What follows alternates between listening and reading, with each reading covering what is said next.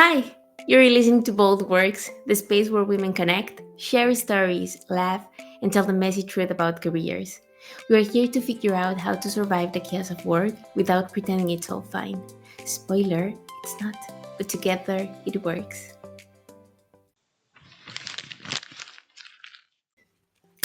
Hi, my name is Fernanda. Welcome to Bold Works. And today's episode it's going to be about the reassessing the relationship with work.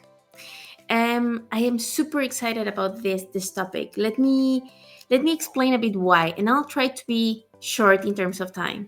My mom taught me so many wise and bright things, and one of them she was constantly saying, "Fernanda, you should stop and think. Are you where you want to be? Do you have the partner that you want to have? Do you have the job that you want to have?" um and she constantly told me the relevance of that moment, and she told me you don't have to wait for anything. You can do it any moment, anywhere you are, any moment where you are. And that was a constant in my mind, so I constantly was thinking like, oh, I like the partner that I have in this moment in time. I like the set of friends that I have. I like the work that I am doing. I like the company where I'm working. But what's different from now, from those moments and now, it's that my definition of what I want, it's different, and it comes from a different place. I own it more, and that's what I want to bring to everyone.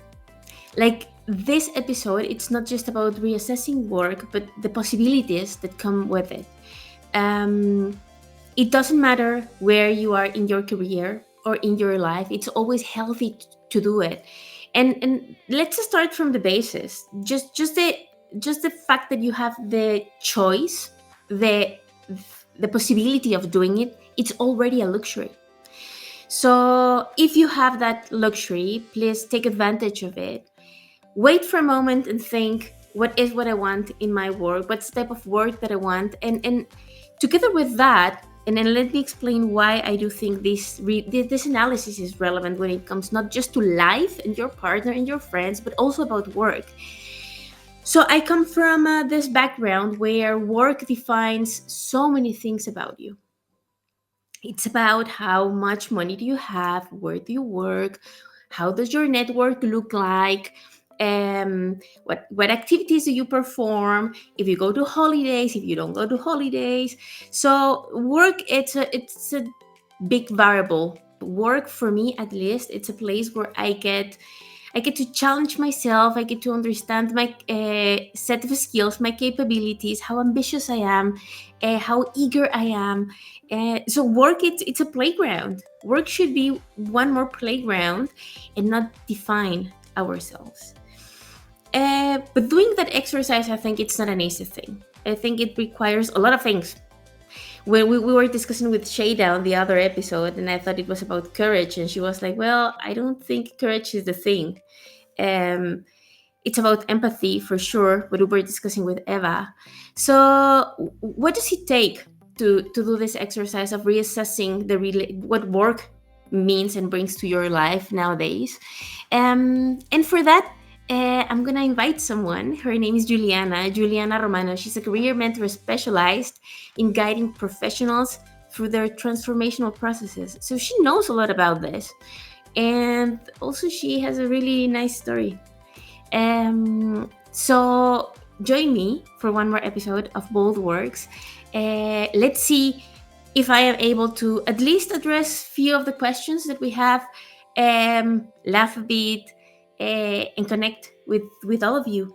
Uh, Please follow me, subscribe to the channel, follow me on Spotify, and send me an email, or like just a message, a DM, in case you want to connect. I am more than happy. Nowadays, I am doing that, and it brings me so much joy. So thank you so much, and let's click one more time play. Eh, Juliana, welcome to Bold Works. Thank you so much for being here with me. Thank you for having me, Fer. No, first thing I want people to know, and I want to thank you, Juliana, for this, is how we got to be together here, because it was you. It was because of you. I received, I was in Mexico in that moment. I went for my sister's wedding, and I got like a LinkedIn message like, "Hey, you don't know me, but someone told me about you, and I want to get to know you." And I Yes. was like, "Oh my god!" For me, that was. I'm gonna be honest with you. I saw it and I thought like, "Oh, this project, it's all worth it." Just because I get to know you, I, I, Oh, I'm so excited about this. How are you? thank you. I say the same. Thank you, Fer. How are you? I'm good. You're good. I'm good. Um, let's just start with a small and like tiny question, like for people to get to know you. Yeah, How would you describe yourself? Maybe two words, maybe. definitely deep and genuine. Okay. Oof. Yeah. Yes. I think that nowadays those are the two words that better define me because I think Oh, that those words they change over time, right? I agree. I agree, but I do think that it's a really nice combination, right? I like it, but I don't know. Maybe some people think that I am a weirdo. I don't know. Well, I was just looking at something, and then they were saying like haters will always hate. Ah, that's true. Yeah. So if you are We happy with cannot it, praise everybody, right? exactly, exactly. Yeah. Yeah. Hey, Juliana, you are a career coach. Yes, I am a career coach and mentor, specializing in career transition. Exactly. Where are you? Where do you work? Where are you from? So I'm Brazilian, but it's been 9 years that I'm living in Europe. I lived in the Netherlands for 8 years, and right now I am in Barcelona, in Spain. Qué guay. Yes, I was seeking the And sun. you know, I can imagine that. And and throughout your career, because like this, I always try to invite people to question and like to start like understanding why I think this topic is important. And what I was Mhm. explaining earlier to people is that I come from like a culture where work defines a lot of things around you. Yeah. Work is Mhm. something that gives you possibilities. The Mhm. more possibilities you want, then you start taking some decisions around work. Yeah. And at the end, there comes a moment where you think like, oh my god, am I my work, or is work a part of me? Yeah. What do you think? I think that definitely there is this cultural component, but in my case at least, I think that my family, the way I was Mm. raised, added a lot on that, and the school where I have studied as well. Oh, Yes, because so definitely I think that work is a very important part of our identities, right? So when I was in the middle of my transition, I remember that I used to feel very uncomfortable when like I was meeting someone and the person asked me, "Oh, so what do you do for a living?" And I was like, I used to be a project manager, and nowadays I'm still figuring out what I want to do because I didn't know, right? And it was very uncomfortable. It was like something was missing my identity, right? But because I was raised by my mom mainly to be an independent woman, of course, work is linked to that idea, right? So, so definitely, yeah, work like always had a huge play in my life. It's until I had a burnout because I think that my relationship with work changed a lot after yeah. that. And with motherhood as well. When I became my mom, yeah, it helped me to prioritize things in life, Yeah. right?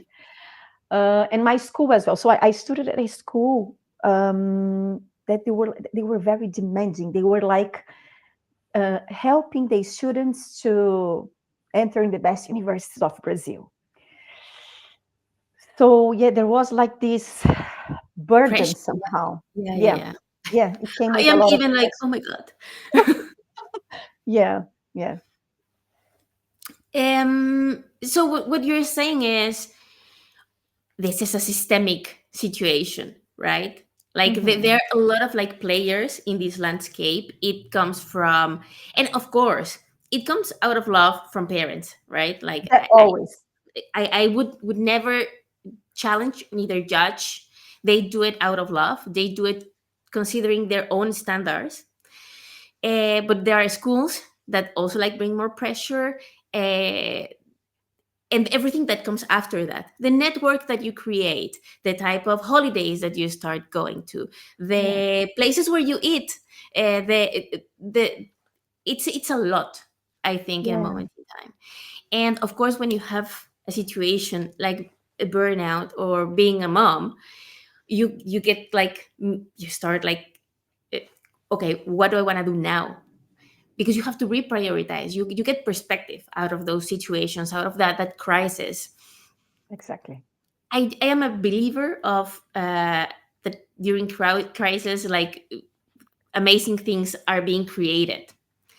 It's a moment for you to take ownership, for you to go deep and wild and question things. But I also think that it requires some things, right? Oh, yes. Mhm. What do you think about that? I think it requires courage.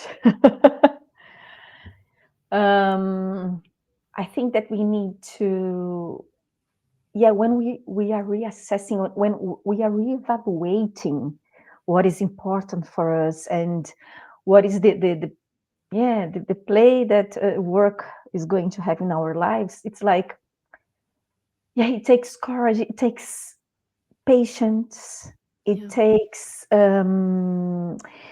we need to leave some things behind.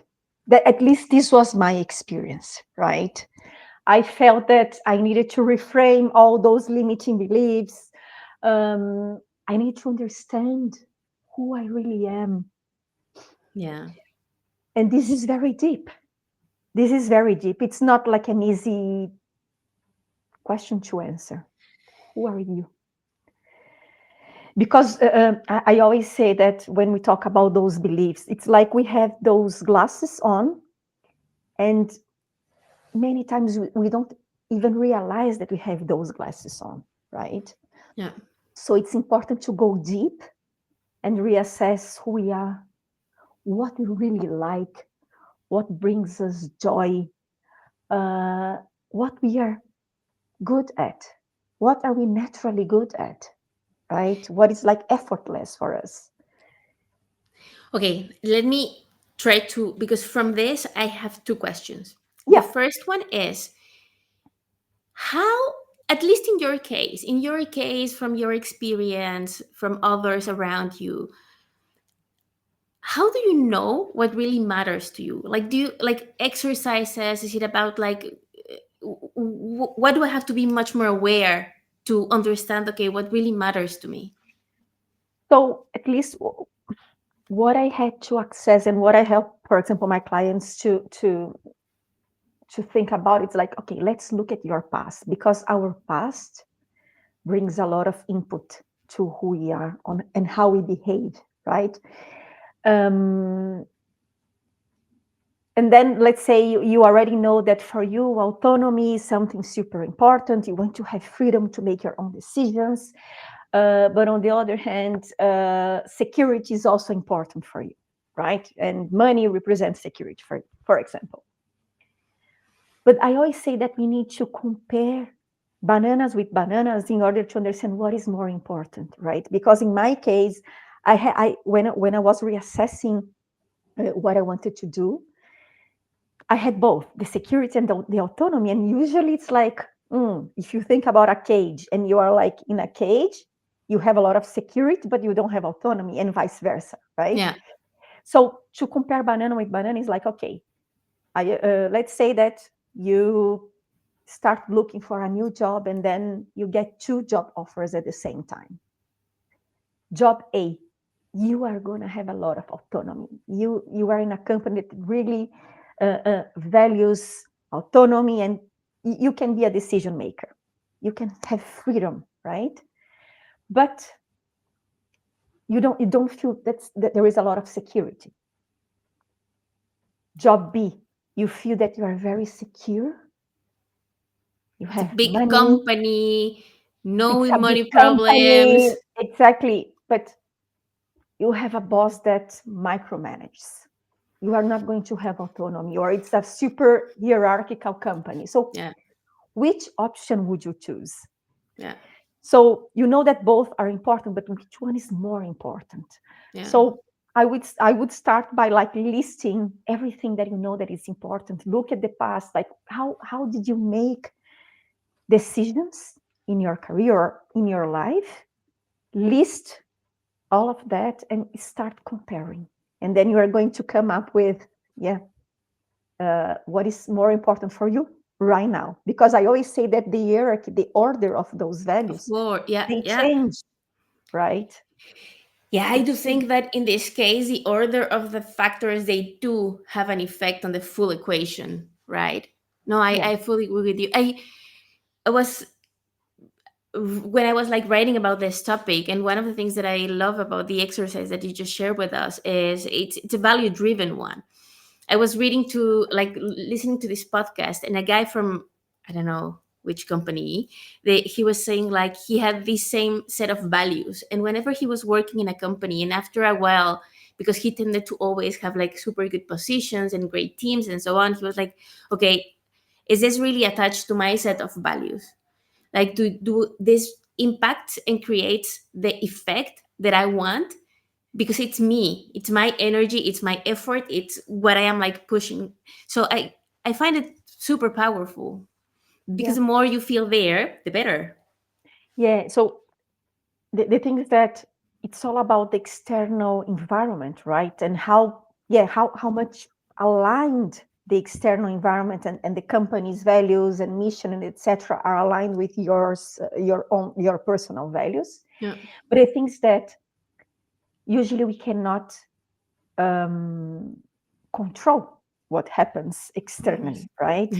So what I always say is that make the right questions in the interviews, because Mm, um, we always say that we always think that when we join an interview, like of course we want to be accepted, we don't want to be rejected, or maybe we really need that job, right, for whatever reasons. But the thing is that we also are choosing, because I always say, yeah, and then you get like you get the wrong job, or like you are in a company that's like nothing related to who you are or to what you value. After 3 months, you'll be looking for another job again, of course.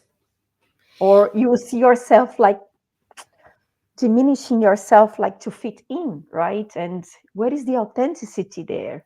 Yeah, of course. What I like about this conversation is that it goes like from an internal exercise to like an actual, like really decision making process that anyone can be doing in this moment in time. So of course, the more you work in the first one, if you slow down, then you will be able to get to know yourself better. You will be able to define what matters to you, what are those values, and based on that, you will also be able to get the right questions in those moments. Because I was also like at the beginning explaining, like, this is about, you have the luxury to make decisions based on opportunities. If we are not able to identify that that's a superpower that we all have, then we are losing opportunities in our faces all the time. And I really believe that when we are not happy with our job, I don't believe that there is a perfect job. I don't believe in that. I always say that I think it should be 80-20, right? There are always things that you need to do that you don't like, either the tasks that you do, or the environment, something about your boss, or if you Yeah. are like an entrepreneur, yeah, you're going to face your issues, right? Yeah. But I forgot what I was going to say. Um, what was the question, Phil? We were saying that you're a firm believer that in those moments when you can choose the type of company where you are, so it's about possibilities, it's about owning the possibilities that you have. Yeah, I forgot what I was going to say. I'm sorry. No worries, no worries, no worries, Come because you back. know what, it will come if it has to come, and if not, like, because Yeah, I do have other questions. So this was all yeah, about how, like, go trying to define some practical moments to understand what matters to you. The yeah. other one is, mm, during this process, um, how can we convey to ourselves that it's a moment of empowerment and compassion and not a moment of fear and chaos? Because sometimes I think that we humans tend to be more dramatic. So we don't ask those questions towards ourselves, because we are like, oh no, I am not sure what will happen, right? What if I don't want to get the answer in this moment in time? How can we explain to people, like, it's not that bad? I think that the fears will always be there Okay. because because somehow it's our mind trying to protect us. Yeah.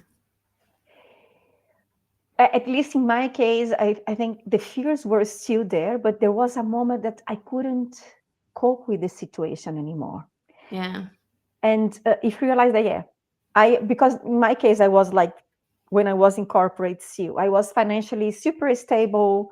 I liked what I did, uh, but there was something missing, right? And when I realized that it was like only money that was keeping me in that job, I thought, no, because I was sad. Yeah. And this was, I remembered what I was going to say.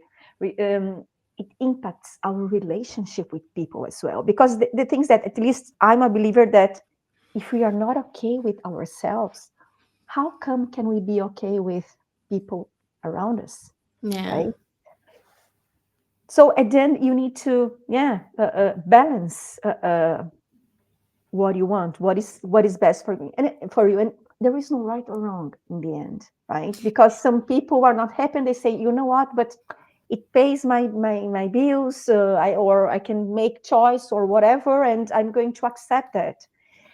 I think at the end it's very personal, and it Of really course. depends on how you are taking the experience that you are facing, right?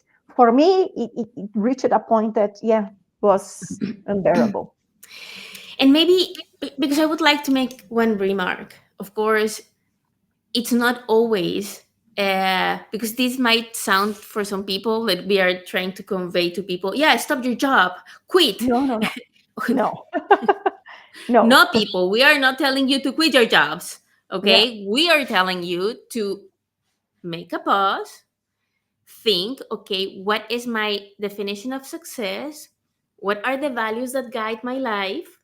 yeah, Am I happy with this? Yes. Do I have them with my partner, with my friends, with, but especially do it with work, because work, it's a place that it has been told to us that it has to be there to fulfill this expectation. And the yeah, reality is that that was told us, not, it's not the reality. yeah. And here, I think that we start talking about the external influence, right? And again, it comes like even the definition of success. So, what did you learn that was the definition of success? Yep. So what did you get from like your parents or people that raised you, or like from school or from whoever was important in your life? And what still makes sense to you, right? What is the definition of success to you? Because it varies a lot, Of right? course. Yeah, you are not the same person as you were in that moment in time. Now, I I know by fact that this situation happens to men and women, Yeah, right?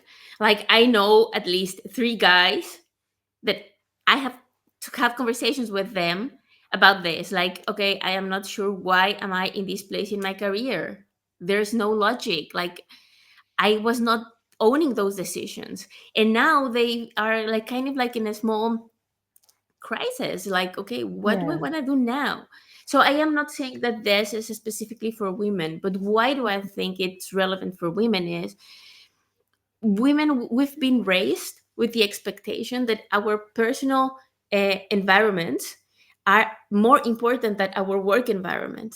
So we Yes. tend to prioritize these things. So that's the reason why for us, becoming a mom or becoming a parent, it's like what? It is something in your career. So then again, you start questioning more things. So from your point of view, but this is my assumption, right? Like, of course, I started this with my own thesis. But what do you think about that? What do you think about this entire process when being a woman in 2025? Hmm. Well, I graduated as an engineer, and yeah, I became a mom 3 years ago. And this is my experience. I think that the word is sexist. There is like this. Well, you can. Well, when we talk about gender equality and blah blah, it's not equal, right? Um, and well, from my point of view, it's not fair. So, just like a little example, when I after I had my daughter, uh, whenever she's sick, so like my husband is not sexist, I must say, but it's kind of, yeah, Juliana is going to reschedule all her Life. meetings, and yeah, and take care of our daughter. Yeah, I think that the more people are talking about that, but I think it's a structural thing, right? For sure. Mainly in countries, yeah, like Mexico, like in Brazil. I think that in the Netherlands, I think it's more equal. In Spain, I'm still figuring that out, but I think it's more similar to Brazil. Um, but I think that, and again, speaking like as a mom, um, we women, we carry a lot of expectations. We carry a lot of burden that we don't even realize, because yes, since we are like very young, we get those expectations, or maybe they are not even spoken clearly, right? But yeah, Exactly. like how the girls should behave versus how the boys should behave, and there are a lot of consequence, right, related Yeah. to that. Yeah, I fully agree. I think that at the end, and I think that's also another reason why I like doing this project. It's a way for us to like vocalize and bring to the visibility of people things that we all have. So this is not based just on your gender. Yeah, I mean, it's purely based on your gender, because you can be Brazilian, but you can be Mexican, but you can be Turkish, but you can be from the Netherlands, but you can be like 65, but you can be 17. But there are so many yeah. things that bring us together in those like vulnerable moments, I would say. And I think it's super important for, at least what is helping me to deal with that is to, when I have like a sense of belonging, is when I join groups Yeah, of moms, groups of women, in a specific industry that's more like a manly industry, because it's when we realize that, yeah, it's not us, we are not the problem, that we all face the same issues, right? And then it's like, okay, and then we can share, how are you dealing with that specific topic, right? We can, yeah, really share what's going on, and yeah, make us, yeah, belong. I really, I think it it's clear for me, one episode after the other, that create like creating maintaining community, it's a way for women to keep this in a healthy way. Because at the end, women, we will do it. We Yeah, are this type of humans, that we are doers, we are seekers, we are doers, we deliver, we perform. We will do it. But yeah, if we try to find community in different ways, maybe this is one way, but like also even like, going to a theater together, or Shada doing a stand-up, or doing community, it really kind of like, it's like food to the soul, I would say. Yes, exactly. Um, One of the things for me to maybe, well, anything that you would like to share with us until now, because I've been asking you and asking you and asking you. Things to share. So you feel free to ask me whatever you want. Um, Let me first ask you, because I see that we have still a bit more of time. Yeah, Um, what's your own personal experience when it comes to ways on go deep? for sure. Like with professional help. So either with uh, therapist, psychologist, um, coach, and mentor. Because when we are like from the outside, I see, yeah, because I do that nowadays. It's always easier to see, right, what might be going on with the person and start asking questions that will make the person become more aware of what might be going on, right? Um, when I read books, it helps me a lot to reflect, right? Sometimes watching Netflix when like it's related to a topic that you say, I recognize myself doing that. I feel the pain that that character is Yeah, feeling, right? yeah, Uh, talking to people, talking to people, like yeah, sharing what's going on. I always say that sometimes some people might feel that I'm a weirdo because I can be very deep and genuine with people that they are like completely strangers for me. So yeah, I think that interacting with people help us reflect, yeah. No, venting, right? Being I, part of those groups. I want to share like one practice that I started like few months ago. I schedule online meetings with my friends. So I have a couple of friends, and we have like a monthly together, at least. Me too. And We are starting tomorrow, literally, literally. so those things, like, and those are like, it can be from 45 minutes because that's what I have that day, and then they know. And the premise of those meetings and the way I start approaching my communication with my friends is, whenever you can, you will reply to me. Yeah, Don't feel that, because they all start like, oh, I am so sorry, I am so sorry, I haven't replied. And I'm like, what do you mean? Life is going on. I yeah, am not the only thing, like the only thing in your to-do list. Like, yeah, whenever you have time, whenever you have enough brain space, we will have time together. Just know that I am here. So once in a while, I'm gonna send you like, hey, how are you? um but with some friends, we have like, oh, there are so many random things that we discuss, so we have like a monthly together, like yeah, just because we need it. yeah, yeah. And when we are doing that with our friends, they are always going to ask you something because they know you, right? So they're going to ask you something that maybe you say, I never thought about it. Yeah, and this person is right. Sometimes it's not exactly what we wanted to hear, but to go deep, we need to face uh, discomfort. Oof. Even it was the other day, I wrote to a friend of mine, and if someone that's listening out there would like to discuss um a comfort zone. So I Hmm. think this is also about discomfort. When you started saying like, oh, when people ask me about what was my career situation, like, what do you do, you I am always amazed. You always ask people, what do you do? So okay, Yeah, what's your role in your work? Do you work? And people tend to feel uncomfortable when they don't have like a concrete, clear answer. yeah, So that's one that I just realized when you mentioned that. But yeah, discomfort is something that it's there because of a reason, I would say.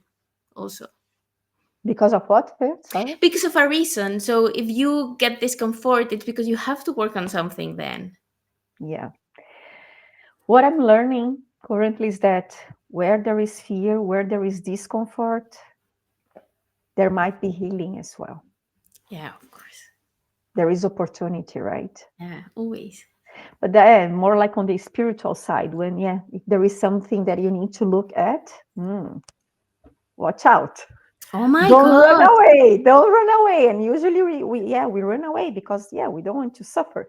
It's good to stay in the comfort zone. But the thing is that how comfortable or how uncomfortable this comfort zone is, Yeah. right?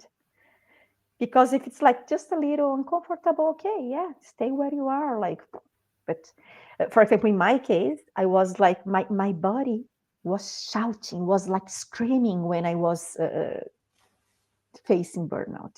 Yeah. And I wasn't looking at it, Yeah. right?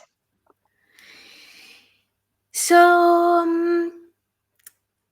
I think we have maybe I think we have even more than we expected. Like I joined the episode with an idea of like, okay, because I am much more pragmatic, you know, like I'm more like, okay, I'm a solver. Okay, what do we need to do?